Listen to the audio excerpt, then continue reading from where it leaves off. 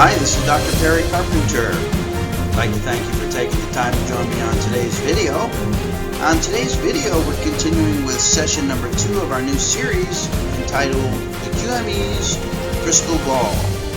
And the philosophy of this series has to do with you, with your QME evaluation, with your opinions and conclusions, and finally with your report that goes out in the mail to all the parties who sit waiting anxiously for 30, 60, sometimes as many as 90 days to await the conclusions of you, the qualified medical evaluator.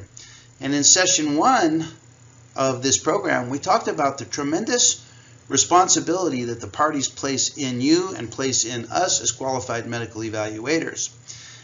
And I want to illustrate that point by telling you a story. And this is to illustrate the point that the parties rely, depend, and wait anxiously for the results of the qualified medical evaluator's report to see how the opinions and conclusions in the qualified medical evaluator's report is going to impact them personally.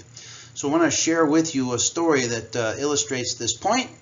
And this is a story that has to deal with the plight of the employer in the case of a disputed workers' compensation claim. But this story could equally well revolve around an injured employee. It could revolve around the applicant attorney. It could revolve around the defense attorney. It could revolve around the claims administrator. But this particular story revolves around the anxiety of the employer in a disputed workers' compensation claim. And we're going to be talking quite a bit about disputed claims and how to arrive at truthful opinions and conclusions, especially in disputed claims. So this story involves a disputed claim. Well, one day I received an email from an unknown employer, meaning I did not know this employer from Adam. This employer was located in Southern California, and I'm located in Northern California, and have no idea how this employer got a hold of my name or why he thought somehow that I could help him. But anyway, this employer contacted me by email, and he told me a story that he owns a small 9-hole golf course in Southern California. He and his wife bought this golf course 25 years ago as an investment in their future and as a source of income for themselves and their family. Well, they successfully ran this small 9-hole golf course for 25 years, and he explained to me that in the prior 25 years, they had only had one claim for workers' compensation benefits. Only one employee in 25 years claimed injury for an on-the-job accident or injury. But he further elaborated that in the past 3 years alone, he had had more than 6 claims for on-the-job injuries. And he had reason to dispute the authenticity of each one of those 6 claims.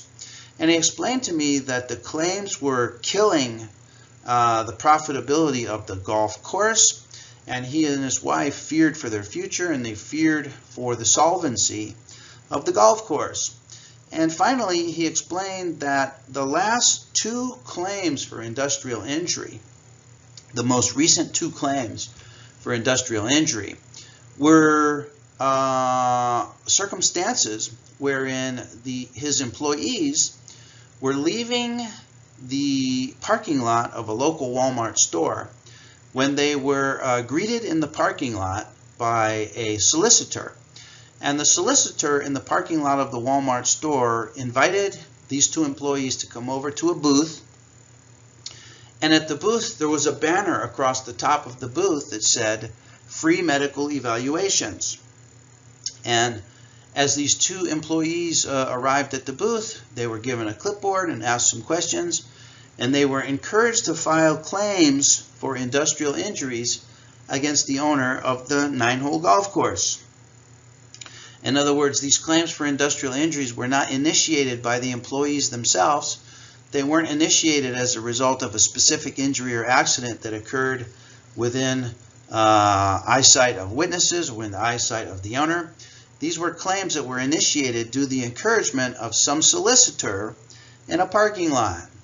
And the owner of the golf course and his wife we're wondering, what are they going to do? What does the future hold for them? Are they going to have to close the golf course? And what does this mean for the solvency of their business? And he got in touch with me to ask me if there was anything that I could do to help him. Well, that's a bit outside of the scope of my practice as a QME educator, but I put him in contact with some people that I thought could better help him than I.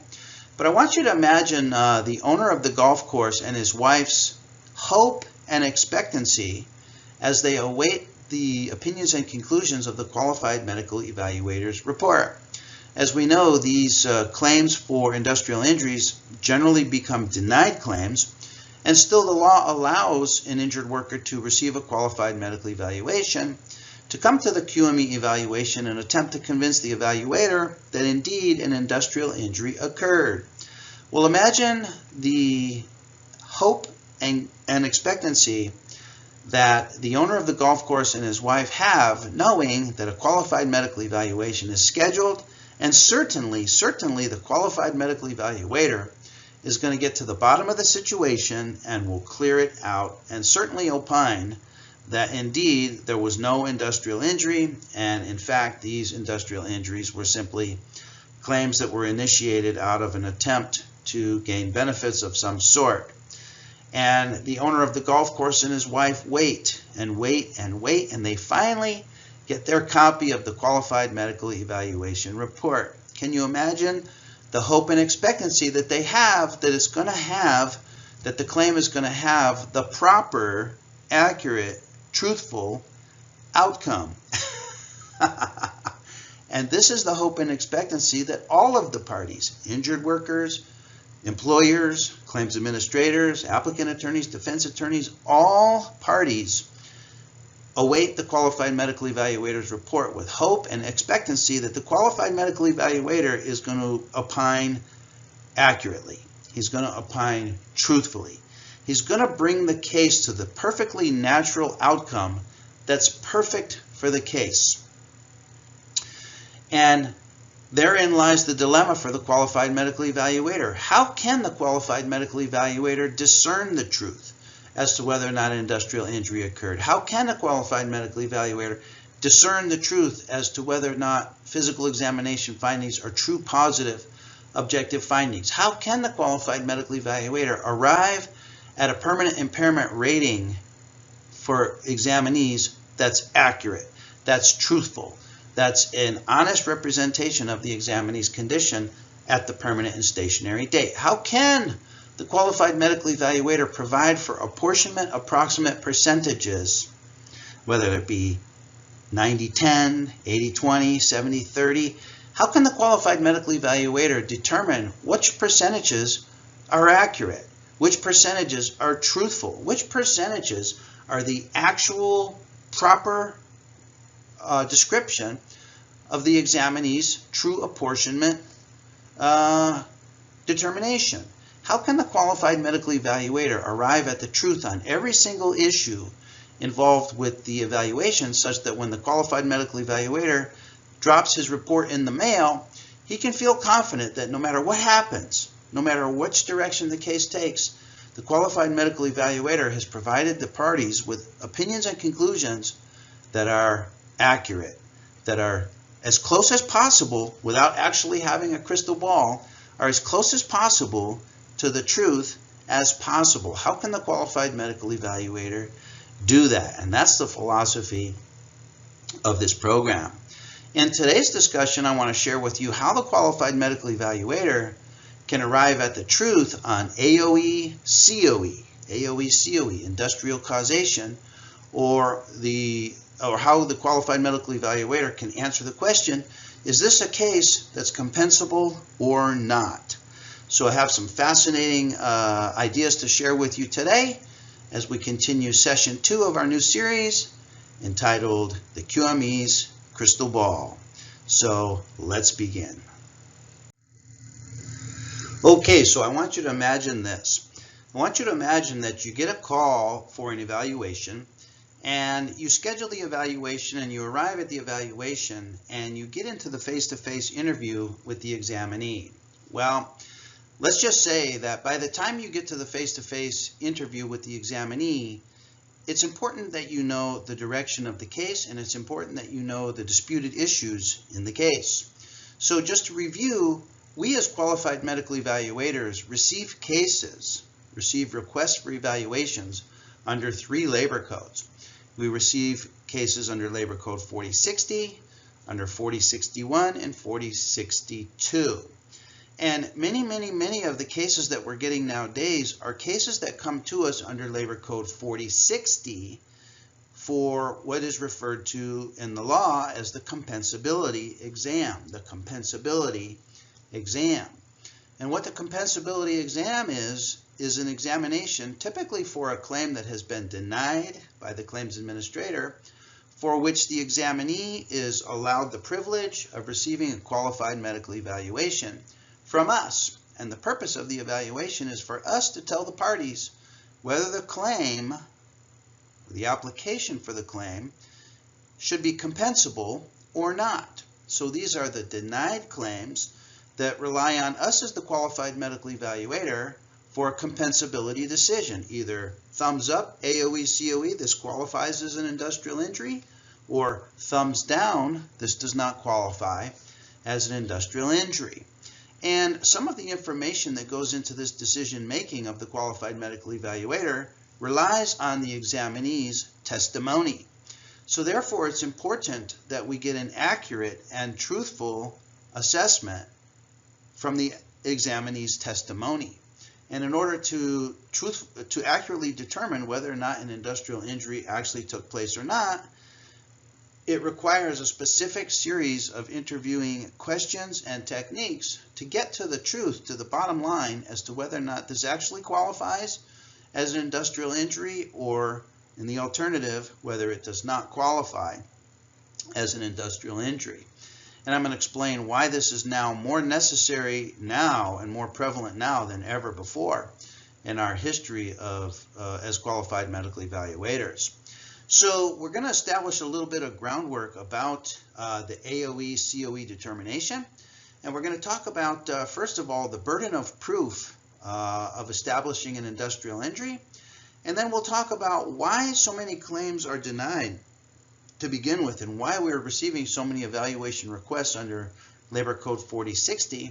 And this has to do with the ever advancing and escalating problem of fraud, not only in workers' compensation cases, but in all compensation claims across the board. And this includes workers' compensation, personal injury, Veterans Administration claims, claims for Social Security disability, private and personal disability insurance policy claims. So these compensation claims seem to be inundated and overrun these days with fraudulent claims, and workers' compensation is no exception. And we'll talk about some statistics in California about the advancing fraud problem.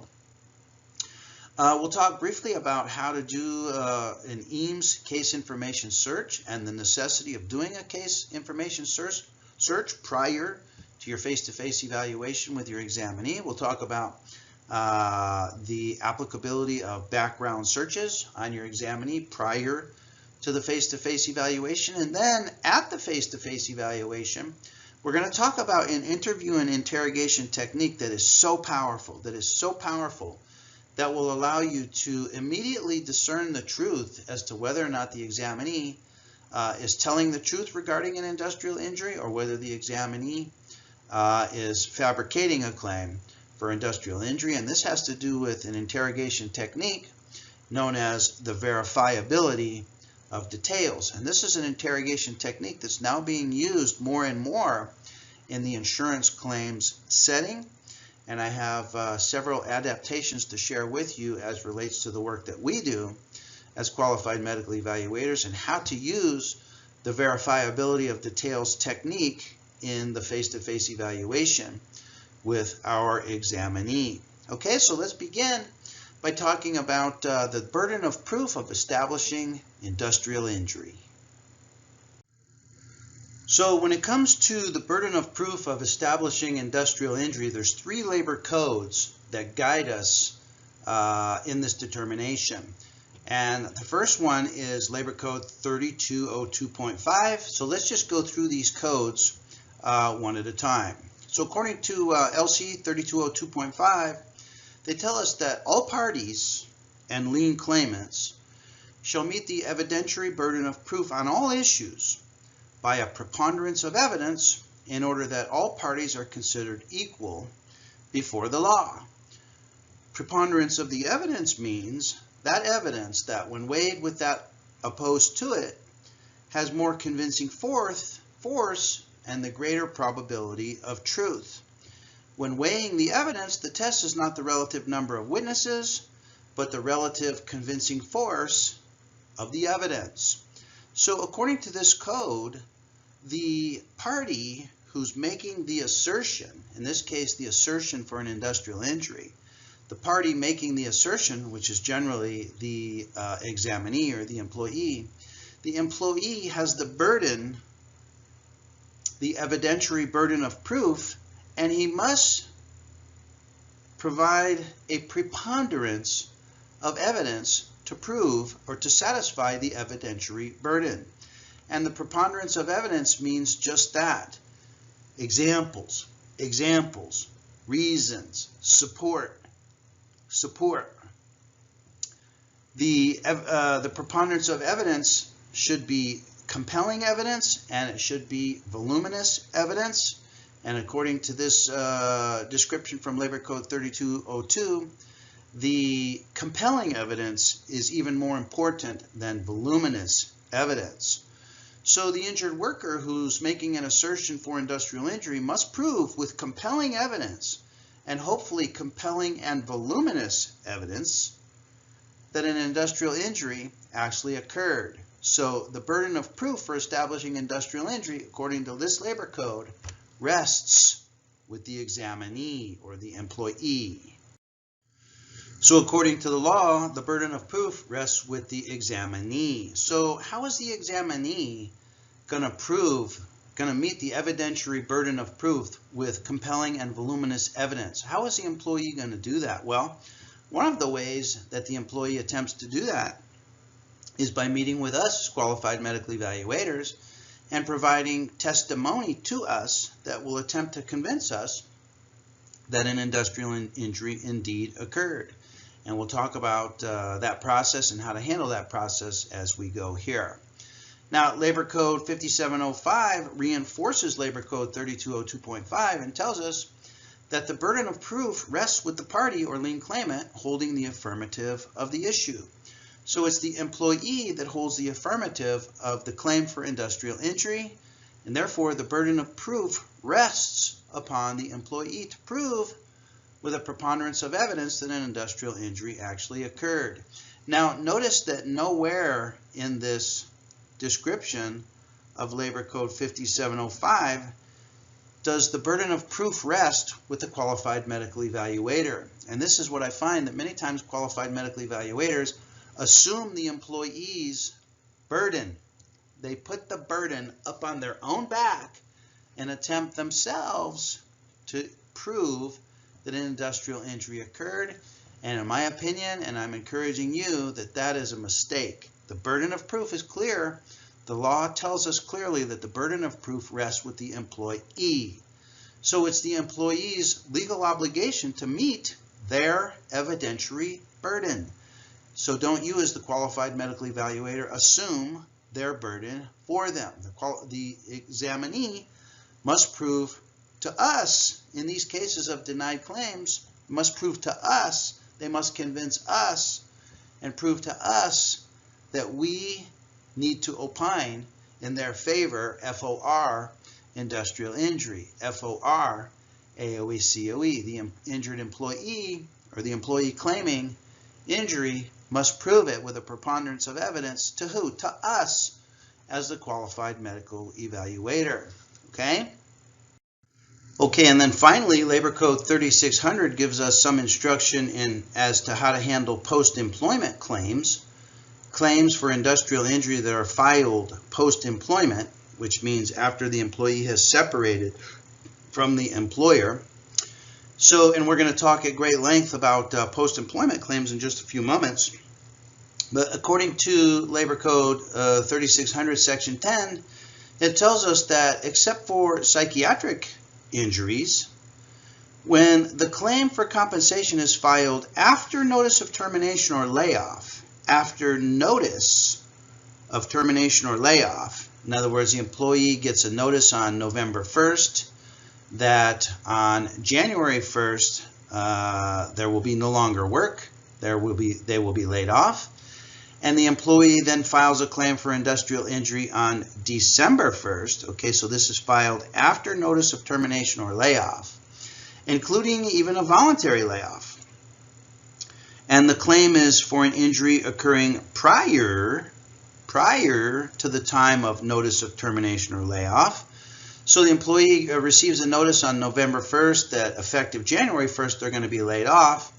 And on December 1st, they file a claim for injury on August 1st, which is prior to the point in time at which they received the notice of termination or layoff.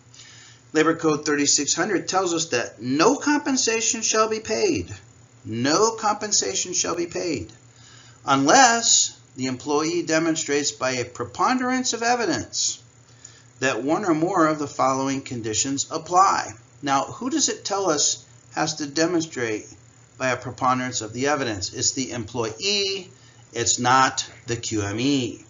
So the employee has to demonstrate that one or more of the following conditions apply. Number one, that the employer has a notice of the injury prior to the notice of termination or layoff.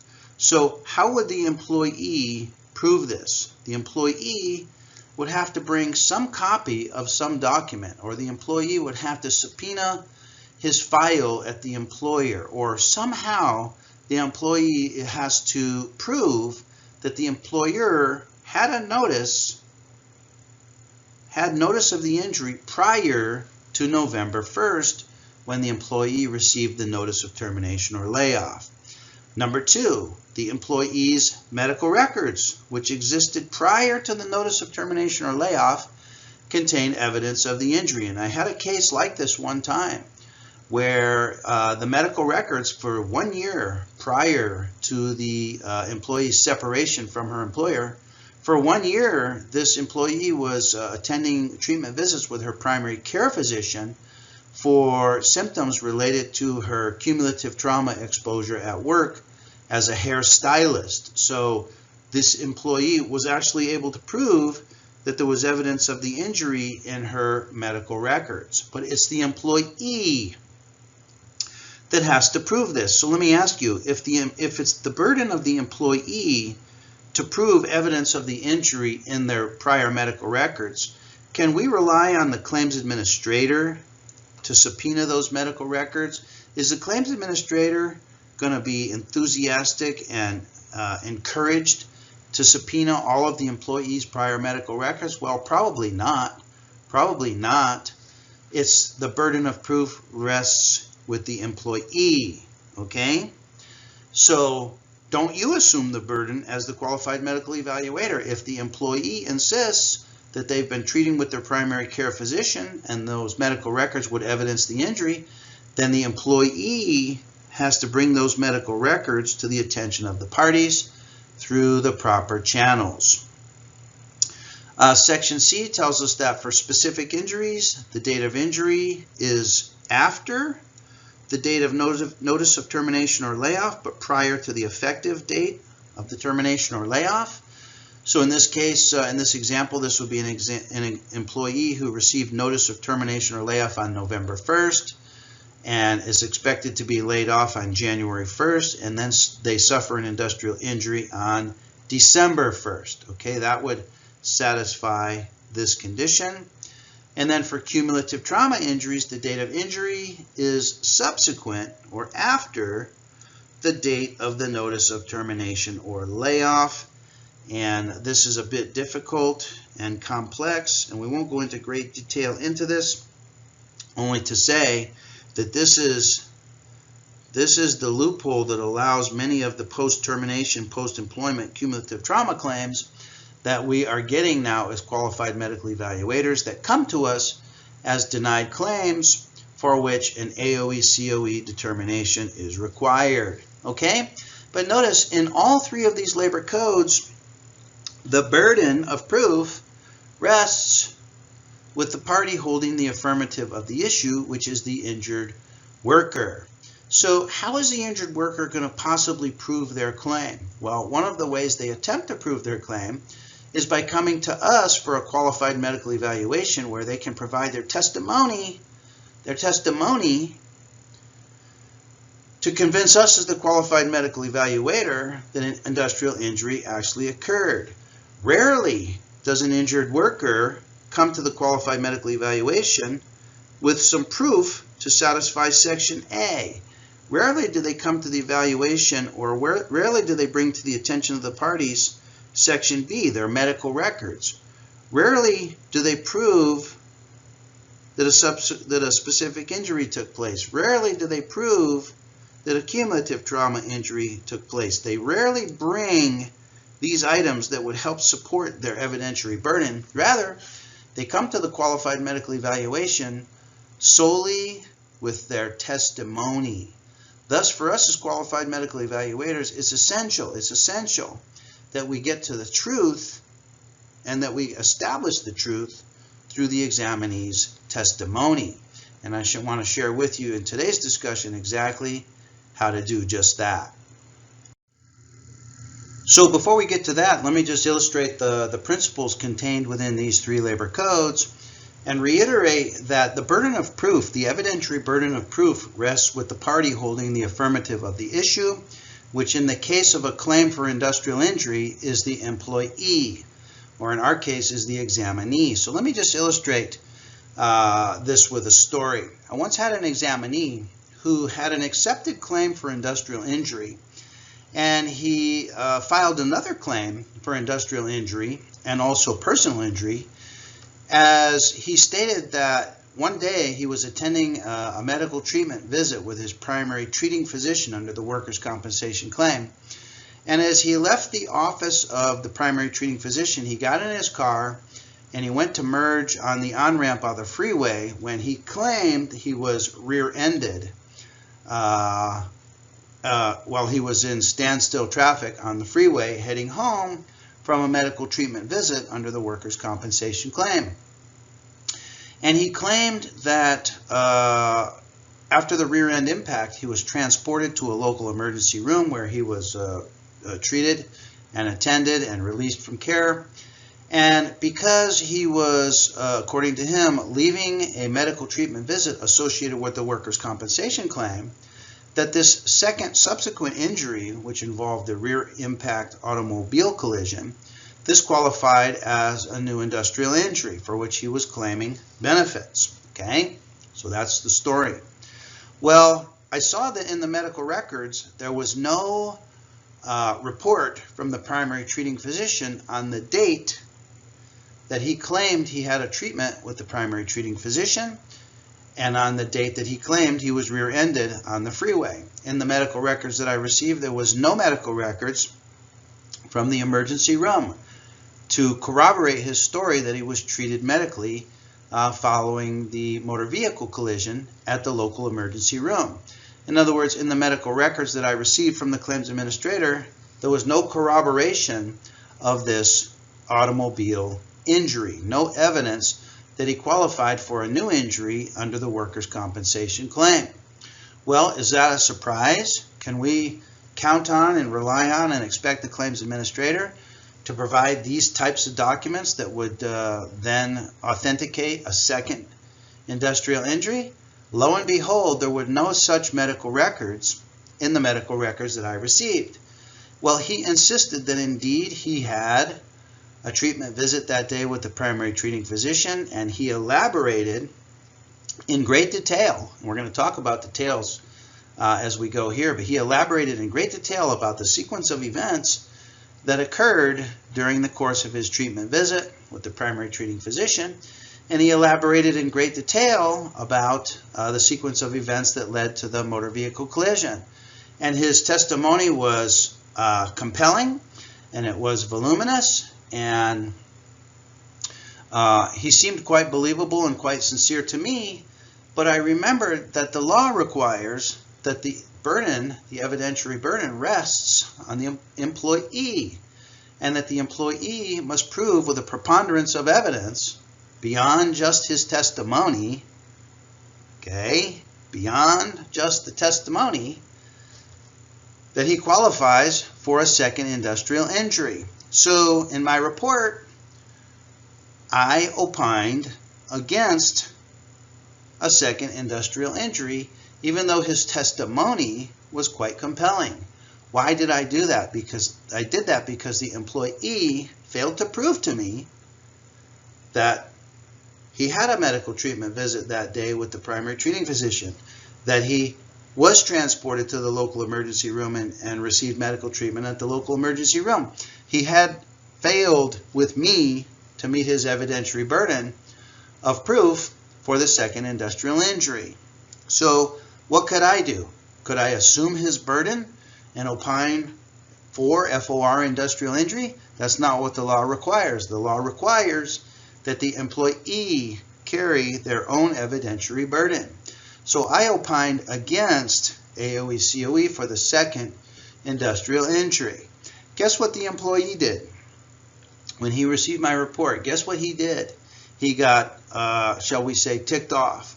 And he went out and he went to the primary treating physician and he obtained a medical report from the date of service of the auto accident.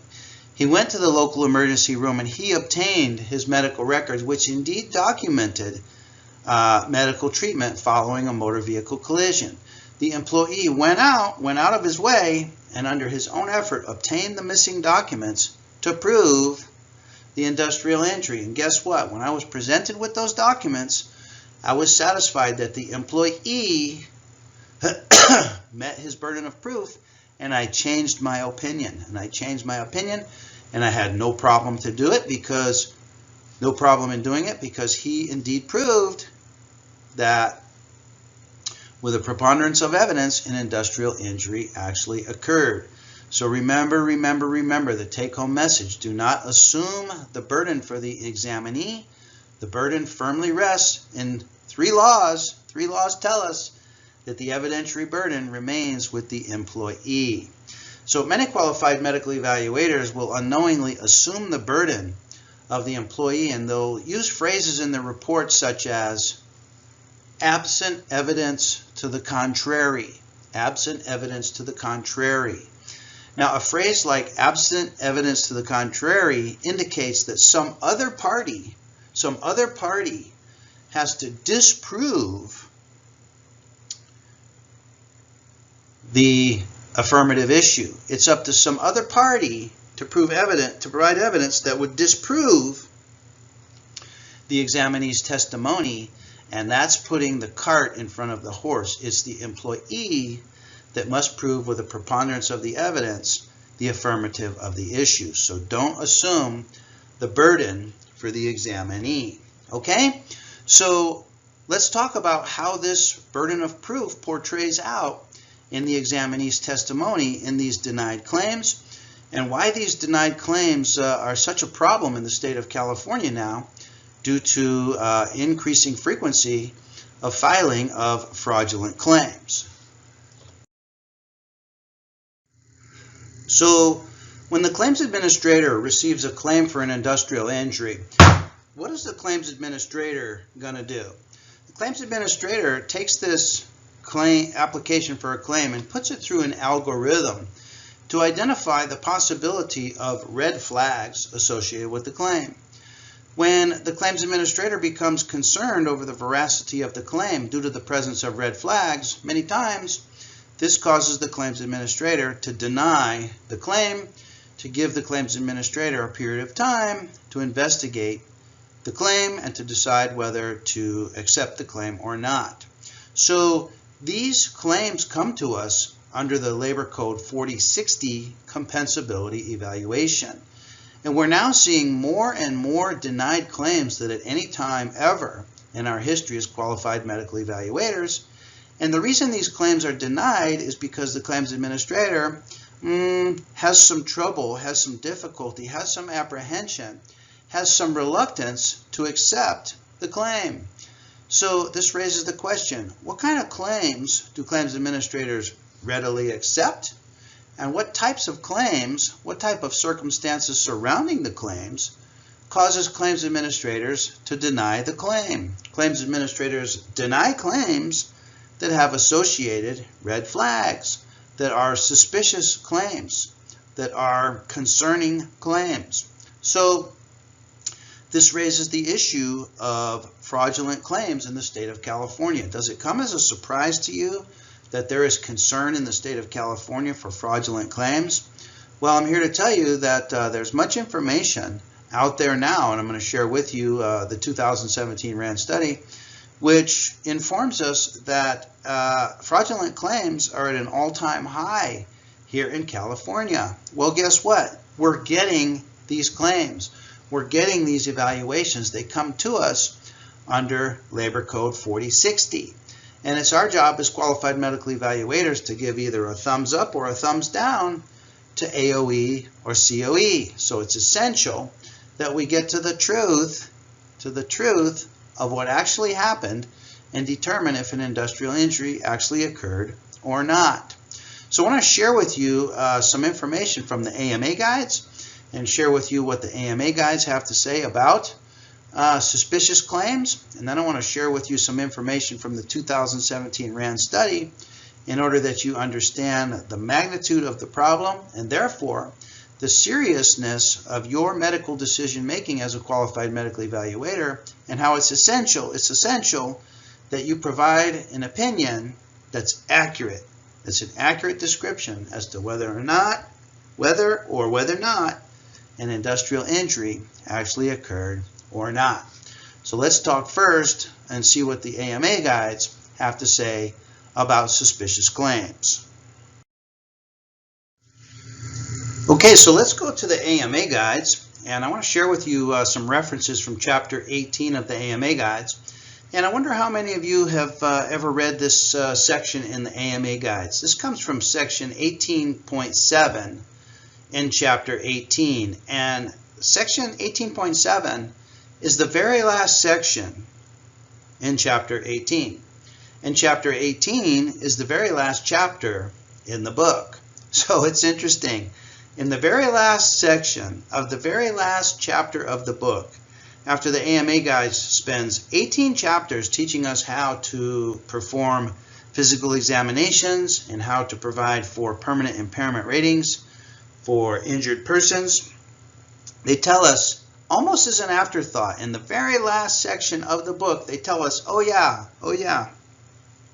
there's something you need to know before you go out there in the world of doing permanent impairment evaluations. And they give us an ever so brief discussion about the topic of malingering. So let's read from Section 18.7 of the AMA guides. They tell us that malingering is conscious deception for the purpose of gain, and that's the key word, gain. Malingerers have something to gain. So let me ask you, in the workers' compensation system, do injured workers have something to gain? There are benefits that are available for them to gain, correct?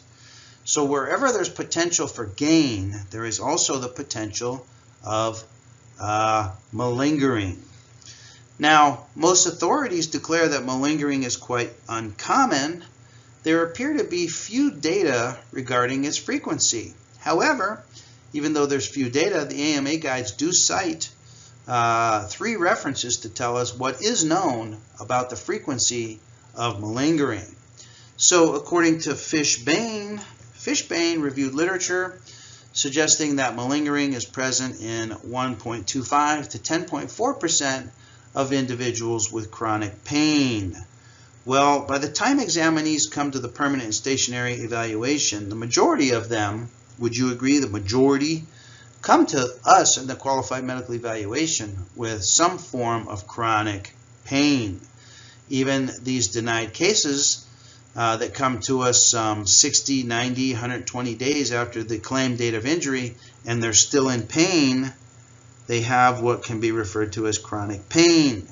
So up to as many as 10% of those individuals may malinger their chronic pain. And I suggest that this number may be even understated. They tell us that other fields provide some limits regarding the prevalence of malingering. For example, one study studied individuals with unexplained intractable diarrhea. Unexplained intractable diarrhea. So this is diarrhea that won't go away, won't go away. It sticks around, sticks around, sticks around. And there's no explanation for it. In other words, they asked these individuals, these patients with chronic diarrhea, what's the cause of the diarrhea? Are you allergic to dairy? Is it something you're eating? And all of them responded that they had no idea what the cause of the diarrhea was. And they asked them, well, are you taking laxatives? And all of the patients denied taking laxatives, and yet as many as 14% had positive stool examinations for laxatives, even though they had denied the use of laxatives. So these are people that are showing up for medical treatment for diarrhea when all the while they themselves are the cause of their own diarrhea, even though they denied causing their own diarrhea through the use of laxatives. Now we could talk about all day about what would cause a person to seek medical care for diarrhea when all the while they're provoking and causing the diarrhea themselves. We could talk all day about that, but for our purposes, it's just important for us to know that people do this. People do this. People have motives that we may not understand, and people may deny things that are actually true, and the AMA guides tell us that this happens. In another study, there were 333 people who claimed compensation for noise-induced hearing loss. These are people that work in noisy environments who are claiming hearing loss. They found that exaggeration on hearing tests was about 17.7% when they utilized an objective hearing test known as cortical evoked response audiometry. So these are people that were sitting receiving hearing tests. They had headphones on, and the examiner asked them to point their thumb up when they heard a tone and to point their thumb down when the tone went away. And so the examiner administered tones into the headphones of the examinee, and the examinee sat there stone-faced, mute, suggesting that they are not hearing the tones at all. Well, through the use of cortical evoked response audiometry, which is an objective test compared to the subjective test of thumb up, thumb down, with the objective test, they were able to prove that the nervous impulse was actually received in the auditory cortex of the brain, thus indicating that the hearing pathway was intact in these examinees. And so they found as many as 17% exaggerated their hearing loss in an attempt to gain compensation. They were hoping to gain compensation. Finally, Weintraub cites studies showing that 20% to 46% of people, 46%, is that almost the same as 50%? 50% is 1 in 2. That's every other person. They tell us that as many as every other person consider purposeful misrepresentation of compensation claims to be acceptable behavior. Compensation claims is like workers' compensation, personal injury claims, Social Security disability claims, Veterans Administration claims, compensation claims. Purposeful misrepresentation of compensation claims is acceptable behavior.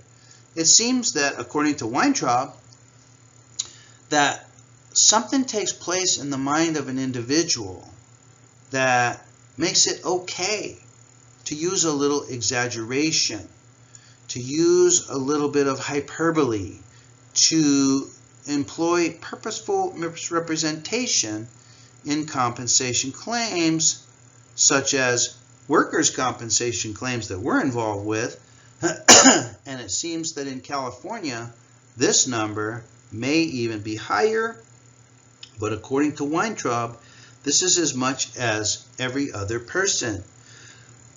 So as qualified medical evaluators involved with compensation claims, it's important for us to know going into the evaluation that some examinees may have motive to apply for workers' compensation benefits when in fact they don't qualify for such benefits. Thus, the importance of obtaining an accurate injury history from the examinee.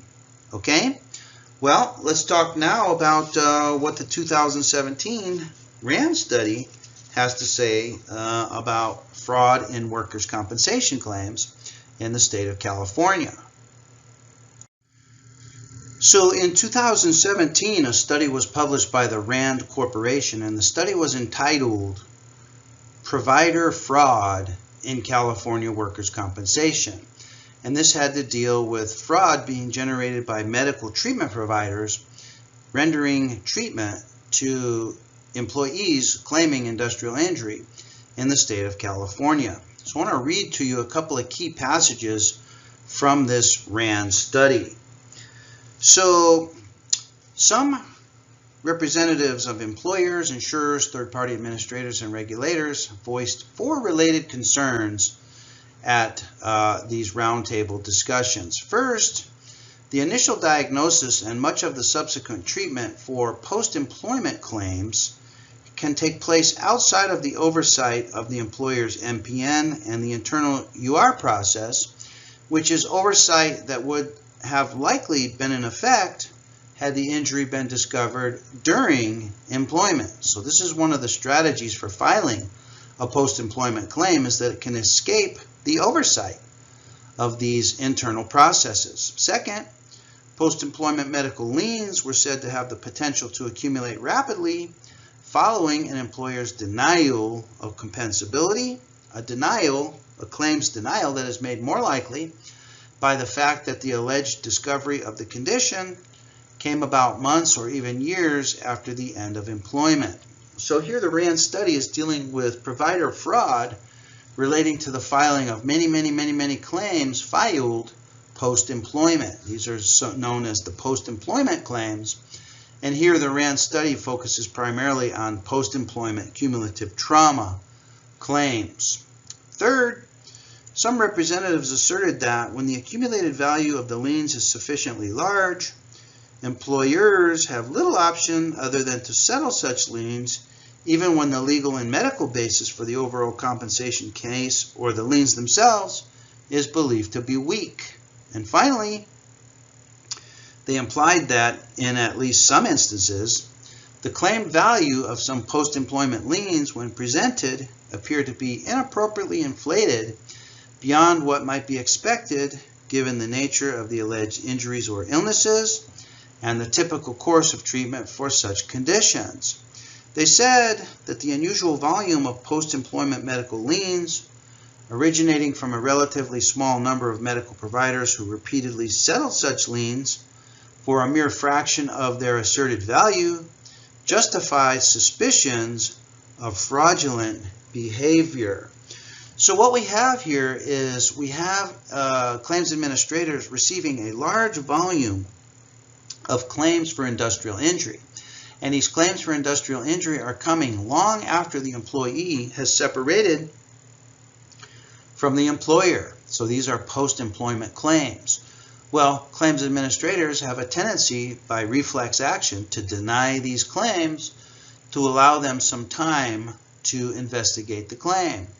But as it turns out, these employees then go on to receive medical treatment outside of the medical provider network, and medical liens can run up quite quickly and cause the claims administrator and force the claims administrator to settle these liens in an attempt to make these liens go away. In other words, these liens settle for mere nuisance value, which still serves as a source of profit for many of these providers.